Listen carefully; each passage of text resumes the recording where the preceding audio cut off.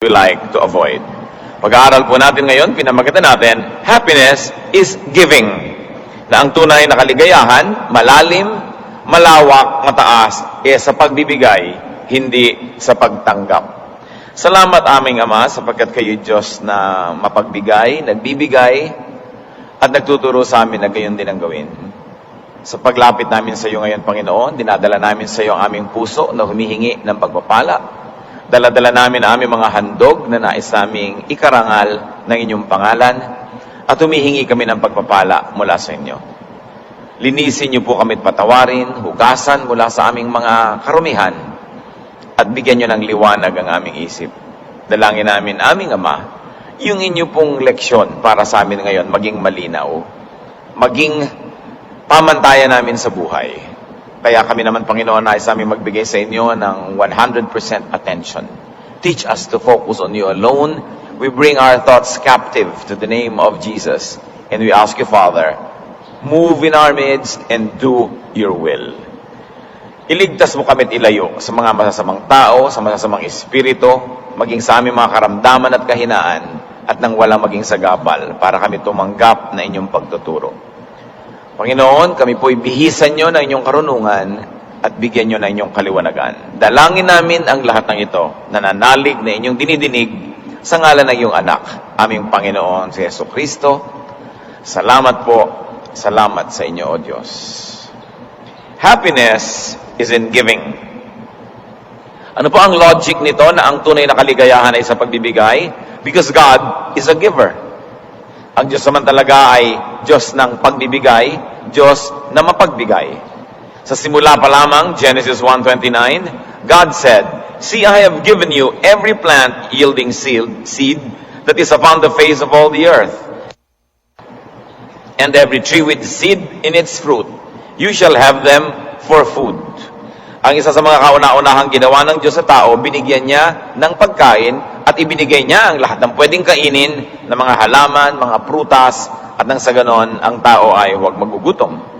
At hindi lang para sa buhay na pisikal ang ibinibigay ng Diyos, ganon din sa buhay na espiritual. John 3:16, "For God so loved the world that He gave His only Son, so that everyone who believes in Him may not perish, but have eternal life." So God is concerned about our earthly life and our eternal life, and God had given us all things necessary, including His Son Jesus, to give us life and a meaningful life. Ecclesiastes 6:2, God gives wealth, possessions, and honor, so that they lack nothing of all that they desire. So ibinibigay ng Diyos hindi lang yung basic necessities, maging kayamanan, maging mga ari-arian, maging karangalan, napakataas na level ng need, ay ibinibigay pa rin ng Panginoon at sa Kanya nang gagaling. Matthew 7:11, "If you then who are evil know how to give good gifts to your children, how much more will your Father in heaven give good things to those who ask Him?" So the Father is known and is being taught by Scripture to be a giver of good things. Now that's the logic. Why is there happiness in giving? Because God is a giver and because man was made in God's image. Genesis 1:27, so God created humankind in His image. So kung ang Diyos ay mapagbigay, at likas sa Diyos ang pagbibigay, at nilikha ng Diyos ang tao sa kanyang wangis, sa kanyang anyo, kung gano'n ang original na anyo ng tao ay mapagbigay. Mahilig at gustong magbigay. Man's primary nature is to give. Likas, natural sa tao ang nais niyang magbigay. And man is very godly and very happy when he gives, because that is being true to form. Isang kaligayahan, mga kapatid, na dapat nating ma-rediscover kung ito man ay nawala. Sapagkat napakarami ng pagliliko ng mga katwiran na nangyari sa pagdaan ng panahon na ang naging kaligayahan na ng tao ay tumanggap. At kaya tuloy napakarami niyang lungkot na nararanasan sapagkat napakarami niyang gustong tanggapin na hindi niya natatanggap. Samantalang kung madidiscover niya muli ang kaligayahan ng pagbibigay, mas may control siya sa kanyang kaligayahan. Sapagkat kung liligaya kayo ayon at nakabatay sa ibinibigay sa inyo ng iba, wala kayong power doon. Paano kung hindi ibigay? Di malungkot kayo. Samantalang kung ang kaligayahan natin ay iuugat natin sa pagbibigay, kayo ang nagpapasya kung magbibigay kayo, ang kaligayahan nyo nasa inyong kamay. Mas madaling lumigaya kung controlled mo yung pinagmumula ng kaligayahan. At kung sasanayin mo ang iyong sarili na bumalik doon sa dating anyo ng tao na kaligayahan niya ang pagbibigay kaysa pagtanggap, mas madaling lumigaya.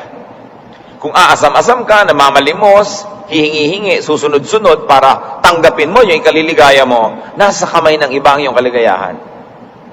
Pero kung ikaw, sa iyong pagbibigay, ay sumasaya, gusto mo sumaya, di magbigay ka, hawak mo ang susi para ka sumaya. Sabi sa Acts 20:35, it is more blessed to give than to receive. Siyempre, napaluktot na yan ng sanlibutan na akala natin mas masarap tumanggap. Pero ang salita ng Diyos ang nagsasabi, mas malaking pagpapala ang pagbibigay kaysa pagtanggap. This happiness has to be rediscovered, especially by those who have lost them. Deep happiness, deep satisfaction is not in keeping. It is not in getting, it is not in having. Hindi diyan sa paghahanap, sa pagkuha, at sa pag-maintain ng mga bagay na gusto natin, hindi diyan nakasalalay ang tunay na kasiyahan. Ito ay sa pagpapakawala, sa pagbibigay, sa pagre-release ng mabubuting bagay from you to another person. Proverbs 11:26, the people curse those who hold back grain, but a blessing is on the head of those who sell it. Ang konteksto nito ay kung merong taggutom, yun daw maraming mga pagkain na hindi nagbebenta sa mga taong nangangailangan bumili nito, yan daw mga yan ay isinusumpa ng tao. Pero may pagpapala dun sa nagbibigay, nagbebenta sa panahon ng kasalatan. In other words, they share. At yun pong may mga tao na may masamang iniisip laban sa atin, may sama ng loob, may galit, people who curse us. You read the Bible and you will find that curses have power, may effect. Kaya habang dumadami ang iyong hindi binibigyan, habang dumadami ang iyong tinatanggihan, dumarami ang iyong pinagdaramutan, marami ang nag-iisip ng negative laban sa iyo. At yung pag-iisip na yon nangyayari sa spiritual realm, doon sa hindi physical. And because you also have a spirit, and these people have their own spirits, when their spirits curse your spirit, in the spiritual world, you get affected. Mahirap ipaliwanag, pero nangyayari. Napakahigit lalong mabuti that people wish us well rather than curse us, even in their private rooms, even in their own quiet lives, because there are many unexplainable things that happen in the spiritual world. That's why those who give, tumatanggap sila ng pasalamat, papuri ng iba, nadidinig man ang tenga nila o hindi, tumatalab din sa kanilang buhay yung ganung mga bagay. Deep happiness is in giving. Proverbs 11:25, a generous person will be enriched, and one who gives water will get water. So nakita po natin ang isang dahilan ng kaligayahan, sapagkat pag ikay mapagbigay, lalo kang papayamanin ng Diyos. Lalo kang nagbibigay, lalo ka namang bibigyan. At hindi lang Diyos ang nagbibigay sa iyo, marami rin sa mga taong binibigyan mo, susuklian ka rin ng kabutihan. Bihira naman yung ginawan mo na mabuti, masama pa ibinalik. So pag nagkaroon niya ng pagkakataon, hindi man ngayon, sa darating na panahon, susuklian din niya ang kabutihan mo. So yung pagbibigay, nagbibigay sa'yo ng kaligayahan, dun lang sa paglabas ng mabuting bagay mula sa iyong kamay, patungo sa iba, may ligaya na. Lalo na kung bumalik pa yon at sinuklian nila. Isang napakahalagang bagay na dapat nating unawain kung gusto nating mas sumaya ang ating buhay. Letting go, giving, is pleasurable. Look at bodily functions. Halos lahat ng ginagawa ng ating katawan na pagbibigay, paglalabas ng mga nandun sa loob, ay masarap, masaya, at malusog. Pinawisan ka, lumabas yung pawis mo, ang ganda ng feeling. Lumulusog ka. When you defecate, when you urinate, pleasurable. Subukan mong pigilin yan at huwag mong palabasin kung hindi nalason ka. And many people are actually being poisoned by keeping toxic things inside of them instead of giving it. At alam niyo mga kapatid, ang isa sa mga nakakalason pagka hindi mo ibinigay, kinimkim mo lang, sinarili, kahit pag-ibig. Mga pag-ibig na hindi maibulala, sabi nga nila, nagiging tagyawat. Mga pagmamahal na hindi mo ipinapahayag, pinipigil-pigil mo lang, nakakasakit ka. Hindi ka mapakali, balisa ka, mahirap. Kaya dapat talaga yung ganitong mga bagay, ibinibigay. We are made poor by what we keep, made rich by what we give away. In stretching it, we are made sad by what we keep, and happy by what we give away. Yun ang likas ng tao. Kung napapansin niyo na may mga taong lalo nila ikaliligayang magmaramot, magsarili, mangamkam, at huwag magbigay, that is the distorted image of man. That is not the original image of man made after the very personality of God. At makikita natin na yung mga mararamot, nagkakaroon man ng kasiyahan sa pagdaramot nila, sa kanilang pangangamkam, pero hindi rin talaga tunay na maligaya. At sila'y sinusundan-sundan ng mga kakambal nilang problema, mga kakambal nilang pag-aalala, pag-iisip, pagkabalisa, dahil yung bagay na dapat ipinamimigay para maging bulaklak, iniingatan nila, nagiging sugat tuloy sa kanilang puso. Now, why does giving bring happiness? Because when we give, God is pleased. As we have already mentioned, God is a giver. So when we give, God is pleased. Pag natutuwa sa iyo ang Diyos, alam nga namang hindi ka sumaya. Alam nga namang hindi ka niya pasayahin at hindi makagawa ang Diyos ng paraan para sumaya ka. What's more, when we give God pleasure because God commands giving. Proverbs 3:27, do not withhold good from those to whom it is due when it is in your power to do it. Isa sa mga karunungan na itinuturo sa atin ng kawikaan, huwag mong ipagkait ang anumang magandang bagay, lalong-lalo dun sa mga karapat-dapat na tumanggap nito. Pag ipinagkait mo yan, meron niyang kalungkutan na bibigay sa iyo kahit hindi mo napapansin na doon pala nagmumula ang kalungkutan. Pag merong bagay na dapat mong pakawalan at ibigay sa iba, at buong katigasan ng ulo mong hinawakan at sinarili, magiging kalawang sa iyong sariling bakal. Magiging lason sa iyong espiritu sa halip na naging pagkain ng espiritu ng iba. Parang yung manna that was being given by God from heaven. No, ang mga Israelita ay nasa disyerto at wala silang makain, umuulan ng pagkain mula sa langit. At ibinili na sa kanila, kunin mo lang yung kailangan mo. Bukas, uulan uli niyan. Yung mga ibang makasarili, nagtago, nag-imbak ng lampas sa kanilang kailangan. At nung makita nila anong nangyari, inuod, nabulok, nasira. Kasi kumukuha sila ng hindi naman nila kailangan, iniimbak nila, itinatago nila, nabulok lang. At napagalitan sila tuloy. Sinabi na sa inyong huwag kayong kumuha ng di nyo kailangan kasi sa pagkuha nyo, baka yung may kailangan nun, nawalan tuloy. Ang dami-dami yung tuwalya sa cabinet nyo, ang dami-daming pamilya, iisa yung tuwalya, nagkakahawa-hawa na sila ng galis. Ang daming mga tao walang kadamit-damit, tas ang dami mong ekstrang damit, di mo kailangan. Kahit hindi nyo nakikita literally na nabubulok yon sa cabinet nyo, in the spiritual world, nabubulok yon at nilalason kayo kasi hindi nyo kailangan, iniingatan nyo. Samantalang kailangan ng iba. So, ang napakaganda yung pawalan mo yan at nang may makinabang at natutuwa ang Diyos pag ginagawa mo yon, papasayahin ka. At kung ikaw na ngayon ang may kailangan, alaga namang hindi ka bigyan ng Diyos, samantalang sumunod ka sa iniuutos niya na ibigay mo yon sa iba.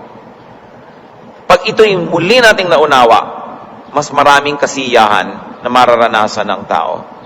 Because God's pleasure brings happiness to His people. When we give, the godly spirit of the giver is edified. Kung pasisimplehin natin yung mga kapatid, meron tayong dalawang uri ng espiritong namamahay sa ating puso. Yung makadiyos na espiritu at yung makasalanan na espiritu. Pag tayo'y nagbibigay, pinasasaya natin yung makadiyos na Espiritu. Pag hindi tayo nagbibigay, pinalulungkot natin yung Espiritu na yon. At kung yung Espiritu ng Diyos na namamahay at namumuhay sa atin ay nasisiyahan, mahirap ba na tayo man ay sumaya rin? When we give, the higher person of the giver is pleased. The lower person may be displeased. Kaya pag nagbigay ka, mamaya, yung lower person mo, sasabihin, ba't mo binigay? Baka mamaya kailangan mo yon. Baka mamaya, baka hindi ka bigyan yan. Baka hindi ka naman maging mabuti sa'yo yan. Hindi naman siya tumanaw ng utang na loob sa'yo. Ginagalong-galong ka nung lower personality mo. But your higher personality says, it is good. It is good to give. It is God's will. You are godly. It is God's command. Laging nagtatalo yung dalawang yan. Kailangan ng pinapapanalo natin yung mas mataas na uri ng pagkatao natin, yung mas malapit sa Diyos kaysa mas malapit sa lupa. Kaya ang sabi ng 2 Corinthians 9:7, God loves a cheerful giver. Hindi nagbibigay ka nga, nakasimangot ka, nagbibigay ka padabog. Baliwala yun. Ibinigay mo sa physical world, pero in the spiritual world, God counts it as not giving at all. Binigay mo pa. Wala rin yan, kasi hindi mo naman ikinasiya. When we give, the nobility of the human spirit triumphs. Ang nagwawagi ay yung maginoo, yung maharlika, yung mataas na uri ng ating pagkatao. Kaya nang pag nagwawagi yon, katulad ng pag yung mataas na uri ng pagkatao natin nasisiyahan sa arts, sa music, sa fine things, tumataas ang level ng ating kaluluwa. Lumalapit doon sa lumikha sa atin. Kaya yan ay nararamdaman. When we give, the recipient, not only us, but the recipient is given happiness, of course. Nagbigay ka, sumaya ang Diyos, sumaya ka, at higit lalo, sumaya yung binigyan mo. Yung binigyan mo is made happy. Mga kapatid, giving is an art. Dapat nagpapasaya. Hindi yung may exchange gift, ang ibibigay mo lang kung ano na lang, na para lamang may maibigay ka so that you will meet the requirement na nung exchange pa yung may ibinigay ka. Pero nung buksan ba niya ang regalo mo, sumaya. Dapat sumasaya. Ipinagluto mo ang mahal mo sa buhay, wala namang kakwenta-kwenta yung lasa. Ibinili mo nga ng tsinelas, ang liit-liit o ang laki-laki, hindi mo malang pinag-aralan ang size ng kanyang paa. Sumama pa loob, ang tagal-tagal na akong kasama, hindi malang alam ang size ng paa ko. Tapos magre-regalo ka kalendaryo. Sino naman ang nagtutuwa dyan sa kalendaryo? Diba? Lahat ng cellphone may kalendaryo na ngayon. So, para lang may maipulupot ka, malagyan mo ng ribbon. Yung iba magre-recycle na lang ng mga regalo ko. Ano, basta may maibigay ka na lang. Huwag kayong basta bigay lang ng bigay. But the recipient should be pleased. Ministry kasi yun eh. Nagpapasaya ka. Ang daming ganyan mga reklamo sa mga opisina, sa mga pamilya, may exchange gift. Feeling mo iba, lagi na akong lugi. Ay, ang nakabunot sa akin, si ano na walang kakwenta-kwenta magregalo to, CD. Diba yung, di ko naman papakinggan yung CD na yan. Di ko naman babasahin yung libro na yan. Yung kung ano na lang maibigay. Ngayon, kung ang binibigyan mo ng regalo, talaga mahilig sa music o mahilig doon sa magbasa, bagay. Pero huwag yung basta may maibigay ka na lang.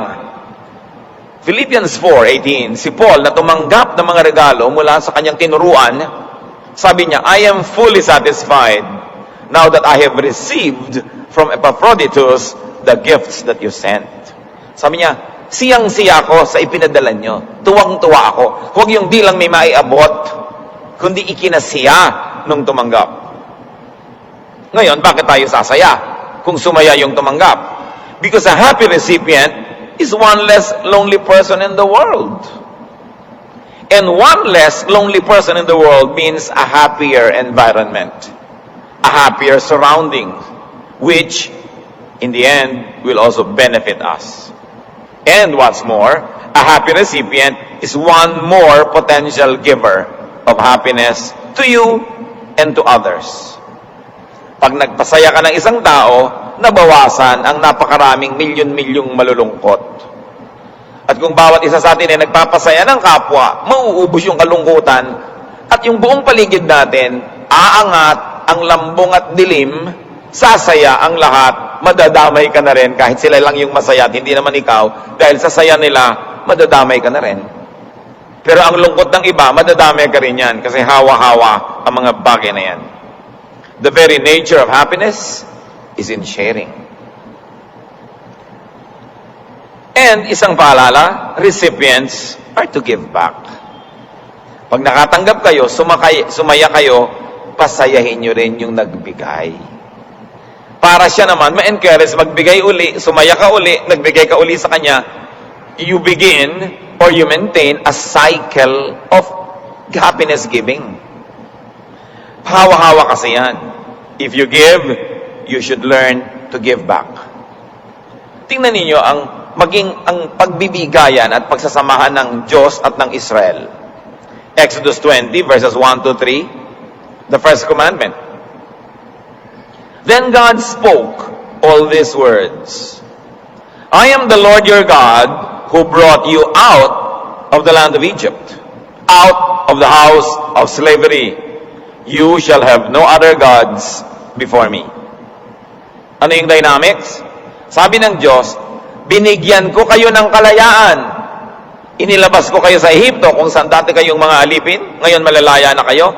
Binigyan ko kayo ng kalayaan, pues ibigay nyo sa akin ang inyong pagsamba.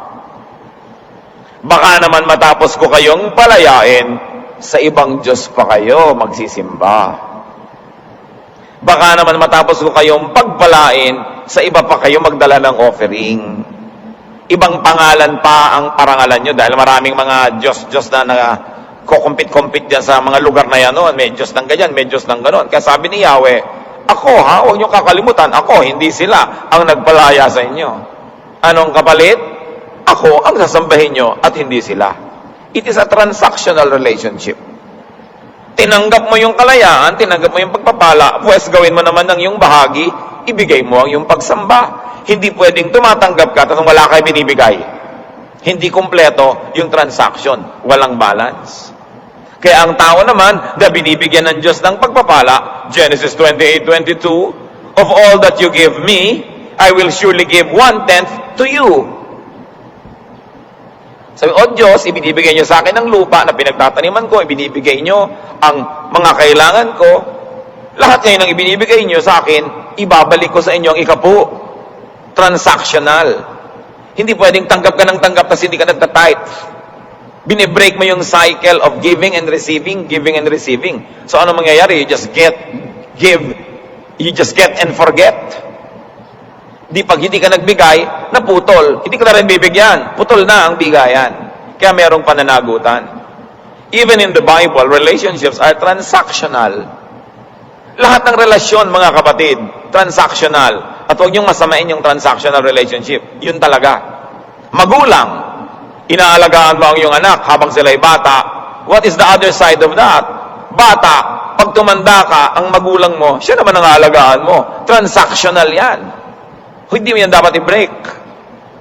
Tingnan nyo nangyayari sa Western culture, sa mga tinatawag na first world, na nagiging sobrang maunlad sa pera at nagiging very materialistic ang mga tao. At yung mga bata, ano nangyari? Yung mga kabataan ng 1960s, 70s, na sobrang naiba ang mundo, nagkaroon ng sexual revolution ng mga 50s, tapos yung sobrang liberation of the youth ng 60s and 70s. Ano nangyari? Nagkaroon ng mga suwail na anak. Mga anak na ayaw mag-alaga ng magulang, ayaw magsuporta ng magulang. Anong nangyari? Nadala ang isang henerasyon ng magulang. Kaya ngayon, sa first world countries, developed economies, ayaw na mag-anak ng tao. Nagkakaroon ngayon ng population problem sa Japan, sa Northern Europe, in most of Europe anyway, kasi yung mga tao ayaw na mag-anak. Sabi niya, bakit namin uubusin ang pera namin sa pagpapalaki ng mga bata, na pagtanda naman namin, tatapon lang kami sa home for the aged, hindi naman kami aalagaan, di ubusin na lang namin ang pera namin mag-asawa sa hindi pagkakaroon ng anak, bakasyon na lang kami ng bakasyon, at mag-insurance na lang kami, pag tumanda kami, we will stay in a nursing home. So dahil yung mga anak, pinutol nila yung cycle of giving and receiving, ayaw na nilang mag-give sa parents, marami ngayong parents, ayaw na rin mag-give sa anak, naputol.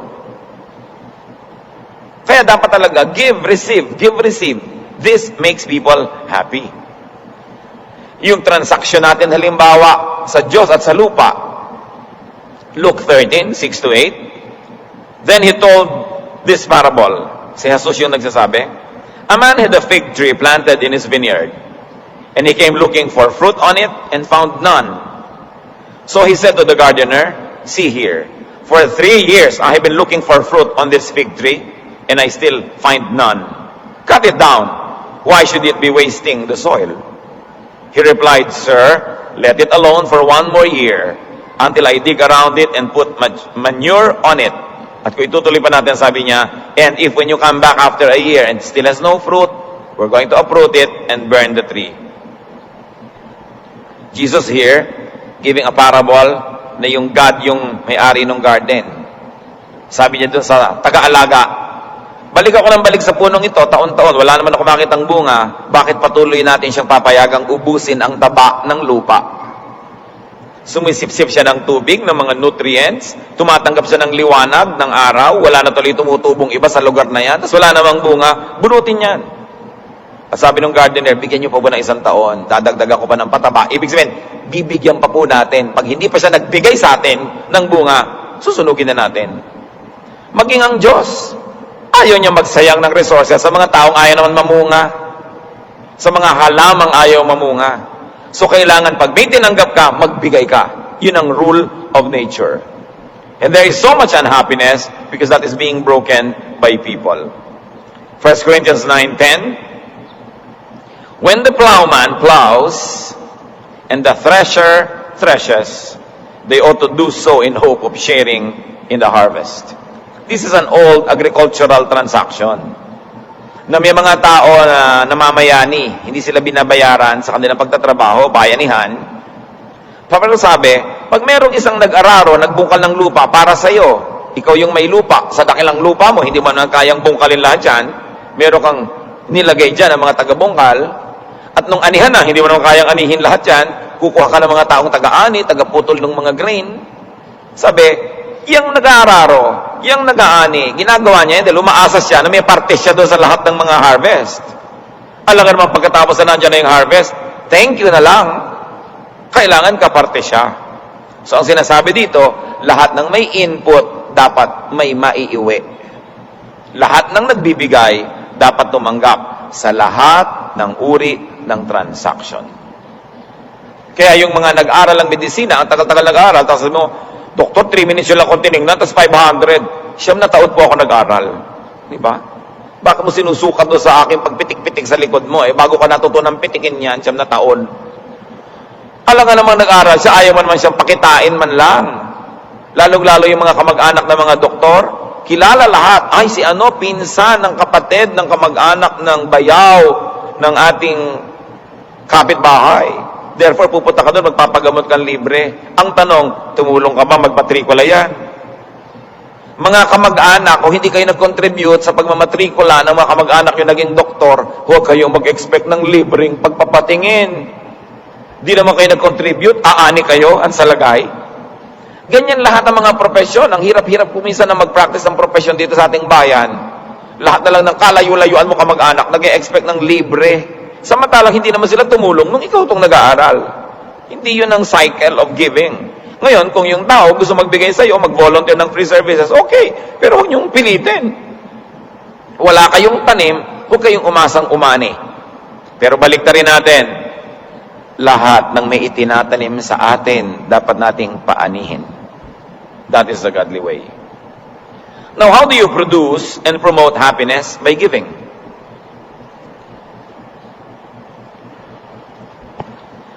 Give to those who deserve it. Nag-aral yung tao, bayaran mo ng professional fee.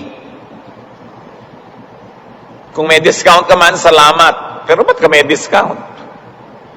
Nagne-negosyo yung tao, may tindahan, may grocery, may whatever. Sister, meron bang discount? Bakit ka humihingi ng discount? Ayaw mo siyang tumubo? Patayin mo na lang. Saksakin mo, lasunin mo. Total, gusto mong patayin eh. Di ba? Yung gusto mo siyang ma-deprive ng income, ayaw mo siyang kumain, ayaw mo siyang magkapera, pinapatay mo na siya nun. Indirectly lang. Don't expect discounts. When they give it to you, salamat. When they keep giving it to you, start refusing. Dahil hindi ka naman karapat dapat tumanggap nun eh. Bakit? Liba na lang talagang buong puso, taos puso, at ikinagagalak niyang bigyan ka. Give to those who deserve it. Proverbs 3:27, as we have already read, do not withhold good from those to whom it is due when it is in your power to do it. Ano pa yung mga dapat ibibigay sa dapat tumanggap? Wages, gifts, gratitude, reciprocation. Pag may ginagawa sa iyong mabuti, dapat mo suklian ng mabuti. Kindness. Mabuti pa si Karl Marx, sabi niya, from each according to ability, to each according to need. Ano ba yung kaya mo? Ano ba yung kailangan niya? Kaya mo, kailangan niya, ibigay mo. Yun ang sinasabi dito. So ang tanong mga kapatid, who deserves your giving? Your gift? Your payment? Baka naman napapabayaan natin. Paalala, baka merong marapat tumanggap ng inyong pagtingin, ng inyong pagmamahal, ng inyong pagtulong, ng inyong pagsuporta, tapos napapabayaan nyo. Kahit hindi nyo alam, napapalungkot kayo nun. Kasi umiiral yung batas ng kalikasan, inaani mo ang itinatanim mo. At kung itinatanim mong ganyan, ingratitude, sa palagay mo, happiness will come to you. So give to those who have given and who continuously give to you. Huwag tayong masanay na laging nasa receiving end. Yung mga estero, kaya mabaho, they always receive, but they do not give. Barado. Yung mga constipated, you receive and receive, you do not give. What happens? You become unhealthy. So dapat, yung lahat ng nagbibigay sa atin, bigyan din natin. Proverbs 19:6, many seek the favor of the generous, and everyone is a friend to a giver of gifts. Pero, let's be real friends to the giver of gifts by giving back. Give to those who give not only to you, but also to others. Pag may nakita kayong taong mapagbigay sa iba, bigyan nyo siya kahit hindi kayo yung binibigyan. Para patuloy siyang may maibigay sa iba. Pag may nakikita kayong mga NGOs, institutions, churches, that really give to others, support those institutions so that they can continue doing good. Because people and institutions who give to others deserve and need your gift, your support, and encouragement. Why? Because they make the world a better place. They make people's lives better. And when people's lives are better, your life will be better too. Para tayong mga bola sa billiard table, nagbabangga-banggaan. Ang pupuntahan mong ganon, hindi lang dahil gusto mo, dahil nabangga ka ng iba, napapunta ka tuloy doon, nabangga ka ng iba, napapunta ka tuloy dito. Nagbabangga-banggaan tayo. At kung ang mga bola na bumabangga-bangga sa inyo ay marurumi, dudumi rin kayo. Kung sila ay mabango, babango rin kayo. So habang pinaparami natin ng masaya sa mundo, sasaya rin tayo. Dahil sila man, directly or indirectly, will make us happy. So nagdadamayan ang mga tao, nagtutulungan. Philippians 4:14 and 19. In any case, it was kind of you to share my distress. And my God will fully satisfy every need of yours according to His riches in glory in Christ Jesus. Si Pablo, he was giving to people. He was giving his time. He was giving his talent. He was giving his ministration, his prayer, his advice, his teaching, his preaching. So the people who saw that kept supporting him. At sabi niya, napakabuti nyo na kayo ay tumutulong sa aking mga kagipitan. At ang Diyos na nakakaalam niyan, ang siyang magsusukli sa inyo. At bibigyan niya kayo ng kasiyahan ayon sa napakayaman niya na kalagayan. So nakikita natin na hindi mo ako natutulungan, pero tumutulong ka sa iba. Therefore, bibigyan kita. Kasi yung mga tinutulungan mo, they become less problematic. Pag nakakatulong ka sa tao, hindi na sila nagiging mga pabigat, hindi na sila nagiging mga konsumisyon, di ba makikinabang din ako nun, directly or indirectly, so I should support you. Give to those who give to God. Mga kapatid, kaya tayong mga mananampalataya, dapat yung mga negosyo ng ating mga kapatid, ating tinatangkilik. Pag bumili ka sa tindahan ng isang hindi mananampalataya, kanyang-kanya na lang yun. Baka dalhin pa niya sa masama yung pera. Pagka tinangkilik mo, negosyo ng kapatid natin, nagtatithe pa yan, nag-o-offering pa, tapos may mga charitable works, doon mo dapat inilalagay yung pera mo. Doon sa kamay ng taong dadalhin yun sa paanan ng Diyos. Kaya dapat kinikilala ninyo. Kaya nga tayo kumisa, nagte-trade fair, gumagawa tayo ng mga trade bazaars, tiyangge-tiyangge. Because I like you to know your brothers and sisters who are in business. So that when you need such services or goods, sa kanila kayo makipagnegosyo para yung inyong pera mapunta sa kanila kaysa sa iba. Sapagkat napakasabigyan ng pera ang Kristiyano dahil binibigyan niya ng kaluwalhatian ng Diyos, mabuti siya sa kanyang kapwa, kaysa ibigay niyo kung kani-kanino lang. To those who give to God and serve God, they deserve our gift, our support, our service, our ministration, our patronage. 1 Corinthians 9:14, the Lord commanded that those who proclaim the gospel should get their living by the gospel. Lalong-lalo yung mga naglilingkod sa Diyos, sinasabi ito sa Biblia, nagbibigay buhay sila sa mga tao, so sila naman dapat buhayin ng mga tao. So empower those who empower others. Give to those who serve God. It's a very, very beautiful concept. Now, we have said already, give to those who give to you, give to those who give to others, give to those who give to God. Now, give to those who do not even deserve it.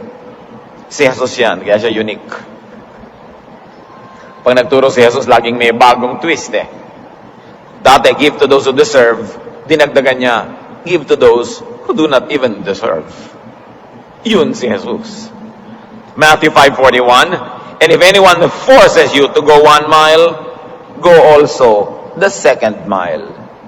Sabi ni Jesus, may nagpapasama sa inyo ng 1 mile, samahan nyo pa ng 2. May humihingi ng inyong jacket, ibigay nyo yung isa nyo pang suot dyan na malabal.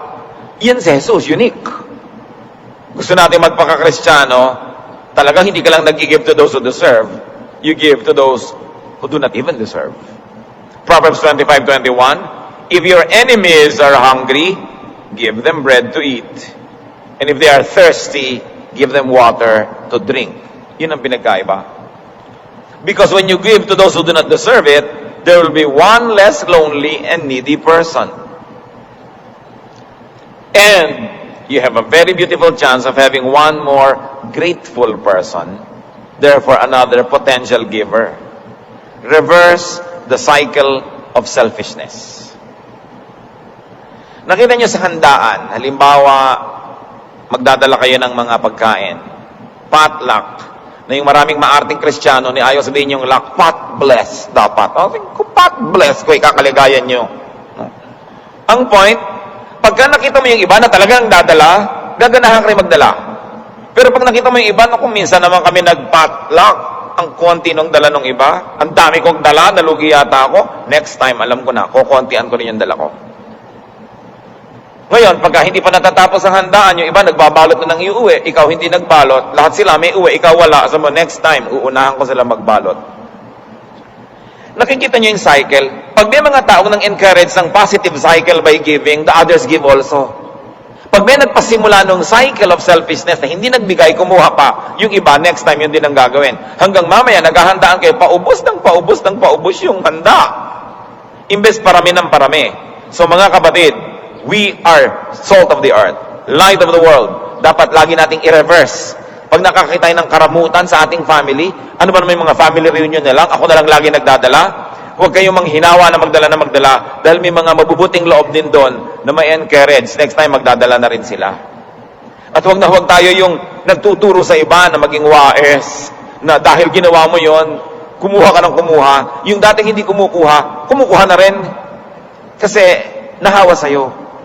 We can begin a cycle of goodness. We can break a cycle of badness if we like. Saan tayo maglilingkod? Natural, tayo mga anak ng Diyos, yung mabuti ang papairali natin. Christianity is giving. Non-giving, refusal to give, displeases God and grieves the Spirit. Ephesians 4:30, do not grieve the Holy Spirit of God. Napapalungkot pala natin ang Diyos. Pero ang maganda doon, pwede rin natin pasayahin. So pasayahin na lang natin siya. Si David, nung humingi siya ng pagkain kay Nabal, siya ay tinanggihan, samantalang dapat naman siyang bigyan. 1 Samuel 25:37-38. In the morning, when the wine had gone out of Nabal, his wife told him these things, and his heart died within him. He became like a stone. About 10 days later, the Lord struck Nabal, and he died. Itong mayaman na tao na ito, dapat magbigay kay David at sa pangkat ni David ng pagkain dahil meron siyang piyesta. At sa haba ng panahon, hindi naman sila minolestya, ginalaw, ninakawan ng grupo ni David who controlled the countryside. Humingi sa kanya ng pagkain dahil pista naman, hindi siya nagbigay. Binalak ni David na salakayin ang kanyang tahanan at patayin lahat ng lalaki doon. Pero napigil ni Abigail, yung asawa ni Nabal. Dahil si Abigail, nagbigay David, huwag mo na kaming patayin, bibigyan na lang kita. Sorry, ako may kasalanan yan. Ako dapat ang pabigay sa'yo kasi ako ang woman of the house. Inako nitong si Abigail ang kasalanan. So, hindi natuloy na imassacre ni David yung buong sambahayan ni Nabal. Yung Nabal, lasing na lasing, hindi niya alam na he could have died that night. Nung hindi na siya lasing kinabukasan, nung sinabi ng kanyang asawa, alam mo, muntik na tayong patayin lahat dito. Kasi ikaw, hindi ka nagbigay kay David eh. Nung nalaman ni Nabal, ano nangyari? Na-paralyze siya, bigla. At matapos ang 10 araw, sabi ng Biblia, the Lord struck him. Pinatay siya bigla ng Diyos. No? Hindi kasi siya nagbigay. Napaparalyze physically, mga kapatid. Hindi man tayo namamatay physically. Pag hindi tayo nagbibigay sa dapat nating bigyan, God strikes us. And there's a certain part of us that gets paralyzed. There's a certain part of us that dies. And if we are so spiritually blind, we are not even aware of it. And we go on in life wondering why we are not happy, why we are not prosperous, why we are miserable. Nagkukulang siguro tayo sa pagsusukli ng kabutihan sa dapat nating suklian. Non-giving frustrates and hardens others. Non-giving teaches others to be selfish. Non-giving promotes selfishness. Pag di ka nagbibigay, tinuturoan mo ang iba na maging maramot din kasi hawa-hawa. But Christianity reverses that. Sa Acts 2:44-45, all who believed were together and had all things in common. They would sell their possessions and goods and distribute the proceeds to all as any had need. Akala nyo, komunismo ang umimbento niyan, sosyalismo? No, mga Kristiyano. Pinagsama-sama nila ang mga ari-arian, yung mga mayayaman, nagbebenta pa ng mga lupa pag may nangangailangang kapatid. Pero syempre, yung mga nakakatanggap nun, nagbibigay din ng iba namang pagmamahal at pagtulong dun sa mga may kaya. Iba naman ang kailangan nun siguro.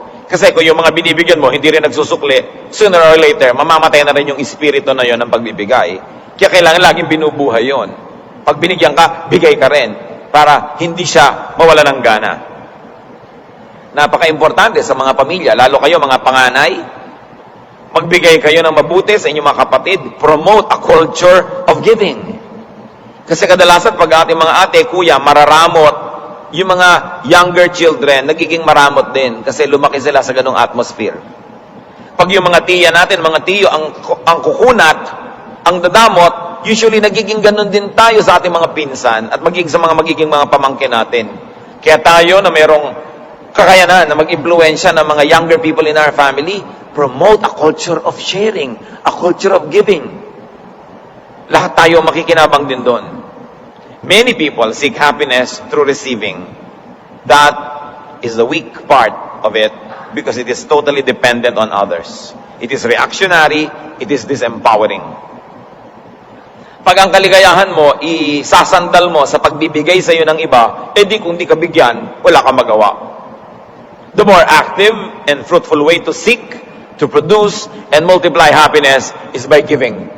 Because giving is within your control. You have it in your hands. So much unhappiness, in fact, so much sadness is caused by our refusal to give. And so much unhappiness is caused by our rejection of people's request. Pag may tao po na mangungutang sa inyo, Liban na lang sobrang makapal yung tao na yon at sobra talagang manggagamit at sobrang linta. At alam nyo naman kung yun ang taong yun ay ganon.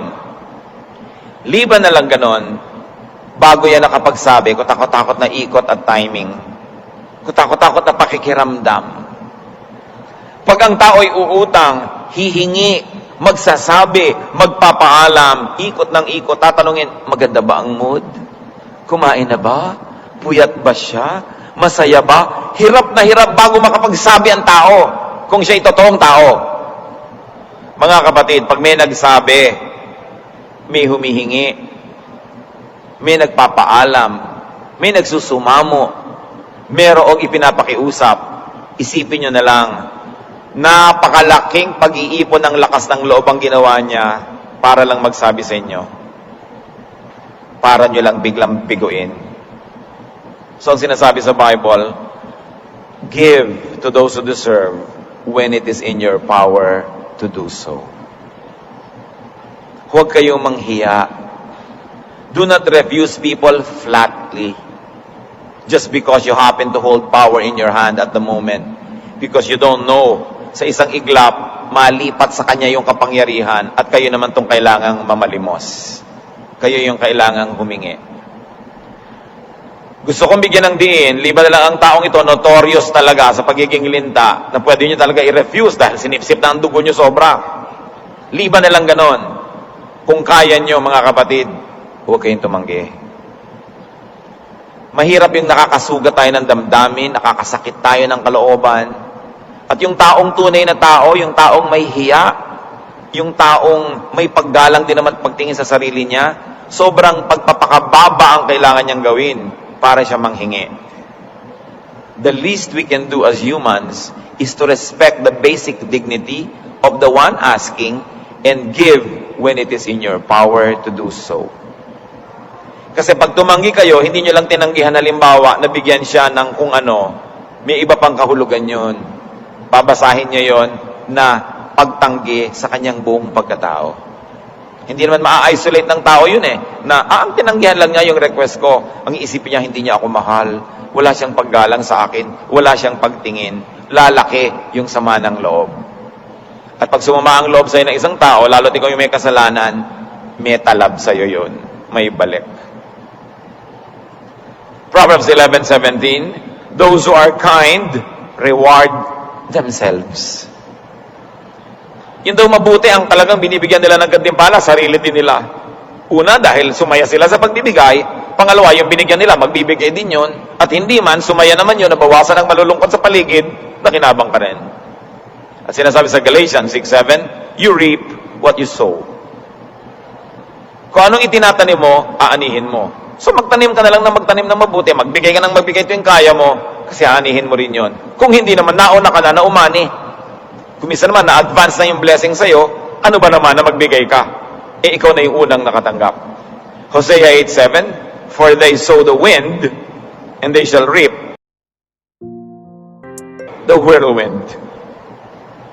Ang nagtatanim naman ng negative, higit iba yung negative things ang kanyang aanihin. At ulitin natin ang Proverbs 3:27, do not withhold good from those to whom it is due, when it is in your power to do so. Sa Nehemiah 13:14, pansinin niyo ang pagdarasal. Remember me, O my God, concerning this, and do not wipe out my good deeds that I have done for the house of my God and for His service. Hindi ito panunumbat. Pag may ginawa sa inyong mabuti ang isang tao at naungkat niya, dahil hindi naman kayo nagsusukli ng kabutihan, huwag niyong laging isipin na sumbat yon. Paalala lang yon. Kasi ang paalala ay gamot sa taong nakalilimot. Na ang transaction, pag binigyan kita, tinanggap mo yon, sumasang-ayon ka, nabibigyan mo rin ako sa abot ng iyong makakaya. Transaction talaga yan. Kaya ang sabi nitong propeta, Diyos, huwag niyong limutin lahat ng ginawa ko para sa inyong sambahayan at para sa inyong mamamayan.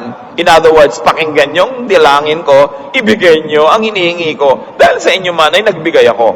At hindi yun minasama ng Diyos. Huwag sumasama ang loob niyo kung nauungkat ang mga kabutihang nagawa sa inyo. Lalo't hindi naman kayo nagsusukli. Dapat nyo talagang maalala para malaman mo kung saan ka nakatayo at lumagay ka sa lugar. Those who give are entitled to receive. So, be kind to those who ask. Avoid frustrating and embarrassing those who gather the courage to ask. Nanghihingi, nangungutang, nagpapaalam, nagsusumamo. Isipin natin, pag may hinihingi sa atin ng tao, magtanong lang tayo, masama ba yung hinihingi niya? Kung hindi masama, pwede. Kaya ko ba? Kaya ko. Di pwede, sige, ibigay. Because giving is just another way of paying or repaying. Or you might want to look at it, it's just another way of investing. Because when you make people happy, you actually enable them to make you happy as well. Napaka-importanting maging masaya sa buhay, pero dapat naman nating unawain kung anong susi para tayo sumaya. Take more control of the happiness factory. Do not depend on givers. Be the giver yourself.